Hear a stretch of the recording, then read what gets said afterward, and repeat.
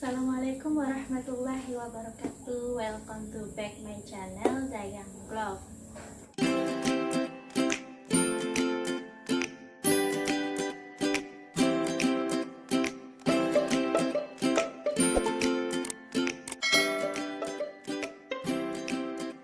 Kali ini aku mau berbagi atau share tentang bagaimana pentingnya sebuah ilmu. Diibaratkan sebuah perjalanan, kalau kita ingin melakukan suatu perjalanan tentu kita memiliki tujuan, gitu kan. Kalau seandainya kita melakukan perjalanan terus kita tidak memiliki tujuan yang jelas, tentu saja arah yang akan kita tuju akan menjadi ambiar.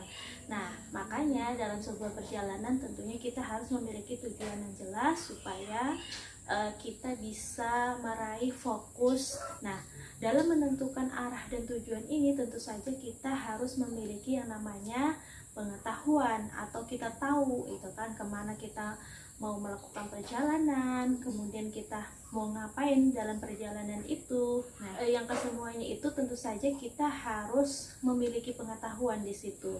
Teman-teman tahu nggak film tentang Nemo ya, yang judulnya itu Finding the Nemo, di mana di dalam film itu diceritakan pada saat Nemo hilang, sang ayah merasa kehilangan sekali dengan anak semata wayangnya itu kan, atau yang di dalam Finding Nemo. Ketika Nemo tadi hilang, Nemo itu kan tersesat gitu kan, kalau dalam cerita itu tersesat dan terdampar di sebuah akuarium ya, di sebuah rumah ya, di dalam perkotaan. Nah, kemudian sang ayah ini gitu kan berupaya untuk mencari di mana sih keberadaan si Nemo ini gitu kan. Nah, pencarian yang dilakukan oleh ayahnya itu dimulai dari misalnya titik hilangnya Nemo, ya kan? Titik hilangnya Nemo di mana? Ditanya mulai dari teman-temannya si Nemo, ya. Kemudian itu guru-gurunya dan juga lain-lain, sampai sang ayah melakukan perjalanan yang panjang ya untuk menemukan si Nemo itu sendiri atau anaknya itu. Sedangkan si Nemo-nya sendiri juga berusaha untuk menemukan jalan kembali kepada ayahnya itu. Dari film Nemo itu sendiri kita bisa mengambil pelajaran ya, untuk mencapai tujuan tadi itu kan dibutuhkan yang namanya kerja keras ya, kesungguhan itu kan, kemudian tanggung jawab dan lain-lain. Tapi ada hal yang lebih penting lagi di dalam film Nemo tadi. Yang utama dalam proses pencarian si ayah itu kan, sang ayah mencari si Nemo, kemudian si Nemo juga mencoba untuk berusaha mencari jalan untuk kembali kepada ayahnya. Di situ ada proses yang namanya mencari tahu gitu kan, bagaimana caranya untuk menemukan Nemo gitu kan, kemudian si Nemo bagaimana caranya supaya bisa kembali ke lautan. Nah, mencari ilmu tentang sesuatu yang ingin kita tuju itu penting sekali teman-teman. Sama seperti halnya kita sedang mencari secercah cahaya dalam kegelapan. Nah, kita bisa bayangkan kalau dalam keadaan gelap tentu kita akan terasa sangat sulit ya kan kalau kita tidak menemukan cahaya. Makanya di sini finding the light ya kan, menemukan cahaya. Cahayanya itu apa? Yaitu adalah ilmu. Diibaratkan sebagai sebuah perjalanan tadi ya, kalau misalnya kita melakukan perjalanan 1 atau 2 hari saja kita butuh yang namanya ilmu, apalagi dalam kehidupan kita ini kita melakukan perjalanan seumur hidup. Nah, artinya yang namanya ilmu itu memang betul-betul sangat-sangat penting gitu kan, untuk kita miliki ya, untuk kita pelajari ya, untuk kita pegang ya sebagai bekal hidup kita. Misalnya kalau kita aja mau makan, tentu kita harus mencari tahu bagaimana sih caranya makan. Mencari tahu itu tidak sekedar kita mencari saja gitu kan, tetapi memang kita harus melihat konteksnya, kita itu sebagai manusia gitu kan, yang mana kita itu fitrahnya seperti apa ya. Maka dalam hal makan saja kita butuh banyak ilmu, artinya kita harus melihat gitu, apalagi kita sebagai seorang muslim. Makan saja tidak sekedar kita harus mencari tahu bagaimana cara makan, tapi kita harus benar-benar mencari tahu seluk-beluk bagaimana agar dalam proses makan sendiri itu bisa mendapatkan keberkahan. Artinya di situ ada ilmu harus kita miliki ya. Artinya sebagai seorang muslim ada standarnya gitu kan, makan itu harus menggunakan tangan kanan, kemudian makanan-makanan yang kita makan juga harus halal dan juga thayyib. Nah itu ada standarnya, dan itu juga butuh ilmu supaya kita bisa makan tadi sesuai dengan fitrah kita sebagai manusia, dan tentunya fitrah kita sebagai seorang muslim. Ya alhamdulillah ya, kita juga di sini lahir sebagai manusia yang mana Allah sudah menganugerahkan kepada kita itu akal, berpikir, sehingga ya kita bisa menyerap pengetahuan ya, dan juga untuk mengembangkan pengetahuan itu sendiri. Nah itu adalah anugerah dan karunia yang terbesar yang Allah berikan kepada manusia. Nah, terlebih lagi ya kita sebagai seorang muslim ya, yang mana ketika kita punya ilmu itu tidak sekedar kita hanya memilikinya saja, tapi sebagai seorang muslim yang namanya ilmu itu adalah untuk ibadah, memudahkan kita dalam beribadah kepada al-khaliq kita atau Allah Subhanahu wa taala, supaya ibadah yang kita lakukan itu benar ya, sesuai dengan apa yang memang diperintahkan oleh Allah. Setiap seorang muslim kan tidak hanya ada kewajiban dalam beribadah ruhnya ya, atau bisa disebut sebagai ibadah mahdhnya ya, seperti sholat, zakat, puasa dan lain-lain. Nah tapi ibadah yang lain. Nah, setiap perbuatan seorang muslim itu bisa bernilai ibadah, atau setiap aktivitas muslim tadi ya itu bisa bernilai ibadah kalau diniatkan dengan niat yang lillah ya, karena Allah, dan juga cara yang dilakukan itu juga memang sesuai dengan yang dituntunkan atau yang diajarkan oleh Rasulullah, sesuai dengan Al-Quran dan As-Sunnah.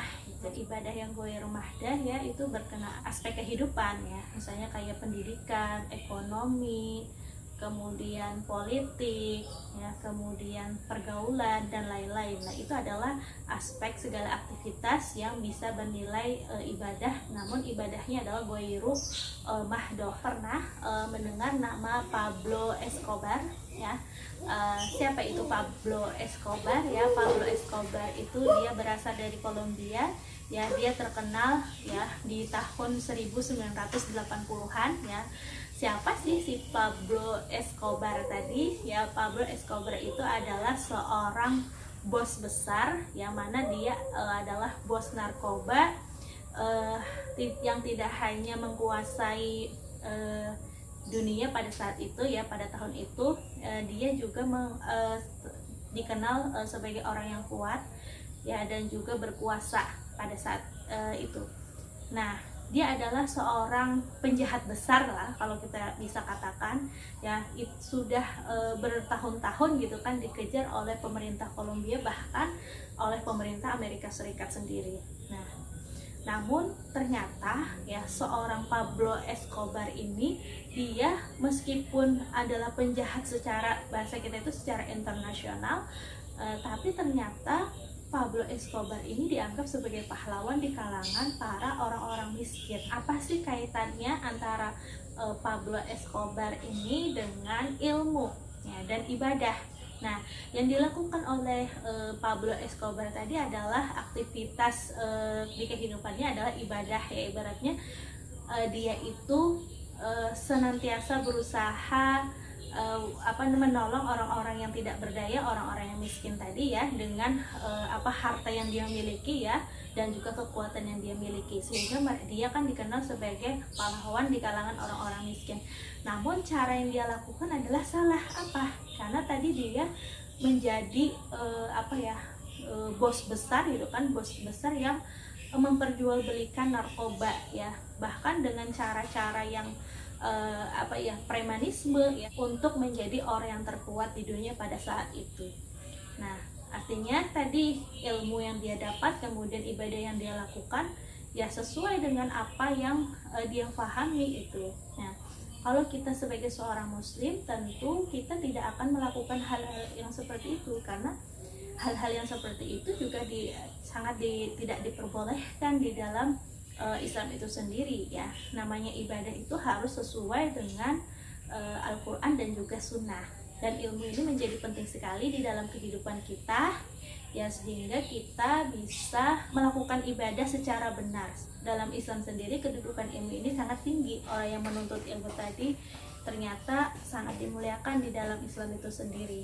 Nah Salah satunya adalah ketika orang tadi berupaya atau berusaha untuk menuntut ilmu atau mengejar ilmu tadi, maka di situ yang pertama dia akan meraih kemuliaan. Salah satunya adalah dimudahkan jalan menuju surga.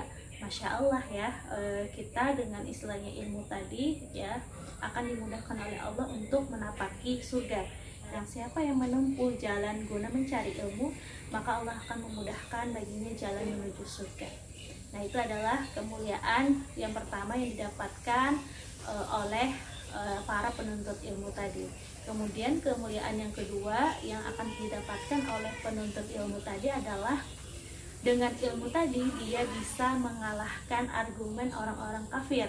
Ya, sebagaimana dikatakan dalam Quran surah Ar-Rum ayat 56 sampai 55, dan pada hari terjadinya kiamat bersumpahlah orang-orang yang berdosa, mereka tidak berdiam dalam kubur melainkan sesaat saja. Seperti demikianlah mereka selalu dipalingkan dari kebenaran. Dan berkata orang-orang yang diberi ilmu pengetahuan dan keimanan kepada orang-orang yang kafir, sesungguhnya kamu telah berdiam dalam kubur menurut ketetapan Allah sampai hari berbangkit, maka inilah hari berbangkit itu, akan tetapi kamu selalu tidak meyakininya. Nah, kemudian juga yang ketiga yang akan didapatkan oleh para penuntut ilmu tadi adalah dia akan senantiasa dikuatkan dalam hal pikiran dan juga mata hati. Ya, sebagaimana dalam Quran surah Saba ayat 5 sampai 6, dan orang-orang yang berusaha untuk menentang ayat-ayat kami dengan anggapan mereka dapat melemahkan atau menggagalkan azab kami, mereka itu memperoleh azab, yaitu jenis azab yang pedih. Dan orang-orang yang diberi ilmu oleh ahli kitab berpendapat bahwa wahyu yang diturunkan kepadamu dari Tuhanmu itulah yang benar dan menunjuki manusia ke jalan Tuhan yang maha perkasa lagi maha terpuji. Nah, Masya Allah ya. Kemudian juga bagi para penuntut ilmu tadi, dia juga akan mendapatkan atau meraih kemuliaan yang lainnya, yaitu yang keempat adalah lebih utama dari ahli ibadah. Nah, bahkan di sini katakan oleh Rasulullah Shallallahu Alaihi Wasallam, yang mana beliau itu pernah bersabda, keutamaan orang alim atas ahli ibadah adalah seperti keutamaanku atas orang-orang yang paling rendah dari kalian. Ini diriwayatkan oleh hadis riwayat Tirmizi. Masya Allah ya. Kemudian juga kemuliaan yang lain yang bisa diraih oleh para penuntut ilmu adalah yang kelima, doa dari seluruh penduduk langit dan bumi. Artinya dia akan didoakan oleh seluruh penduduk langit dan bumi. Di sini diriwayatkan dalam hadis riwayat At-Tirmizi dan At-Tabrani ya, Rasulullah Shallallahu Alaihi Wasallam pernah bersabda, sesungguhnya Allah dan para malaikat serta semua makhluk di langit dan di bumi sampai semut dalam lubang dan ikan di lautan benar-benar berselawat dan mendoakan kebaikan bagi orang-orang yang mengajarkan kebaikan atau ilmu agama kepada manusia. Masya Allah ya, ini adalah kemuliaan yang kelima ya. Kemudian juga ada kemuliaan yang lain yang didapat oleh orang yang menuntut ilmu tadi. Keenam ini adalah takut kepada Allah Ta'ala ya. Dalam Quran surah Fatir ayat 28, sesungguhnya yang takut kepada Allah di antara hamba-hambanya adalah hanya para ulama. Nah, ini Masya Allah. Jadi teman-teman ya, yang namanya ilmu tadi sungguh kedudukannya itu sangat penting sekali, apalagi sebagai seorang muslim harus betul-betul mempelajari ilmu itu sendiri, terutama dalam hal ilmu agama atau sakofah Islam. Menuntut ilmu tadi memang niatnya juga untuk bisa beribadah dengan benar tadi sesuai dengan Al-Quran dan Sunnah, maka insya Allah kita akan mendapatkan kemuliaan-kemuliaan yang lainnya dengan ilmu itu sendiri. Masya Allah ya. Baik teman-teman, itu saja yang bisa aku share kali ini. Mudah-mudahan apa yang aku sampaikan hari ini bisa bermanfaat bagi teman-teman semua. Dan kalau teman-teman merasa video aku ini bermanfaat, maka bisa teman-teman like, comment, share video ini, dan juga jangan lupa subscribe.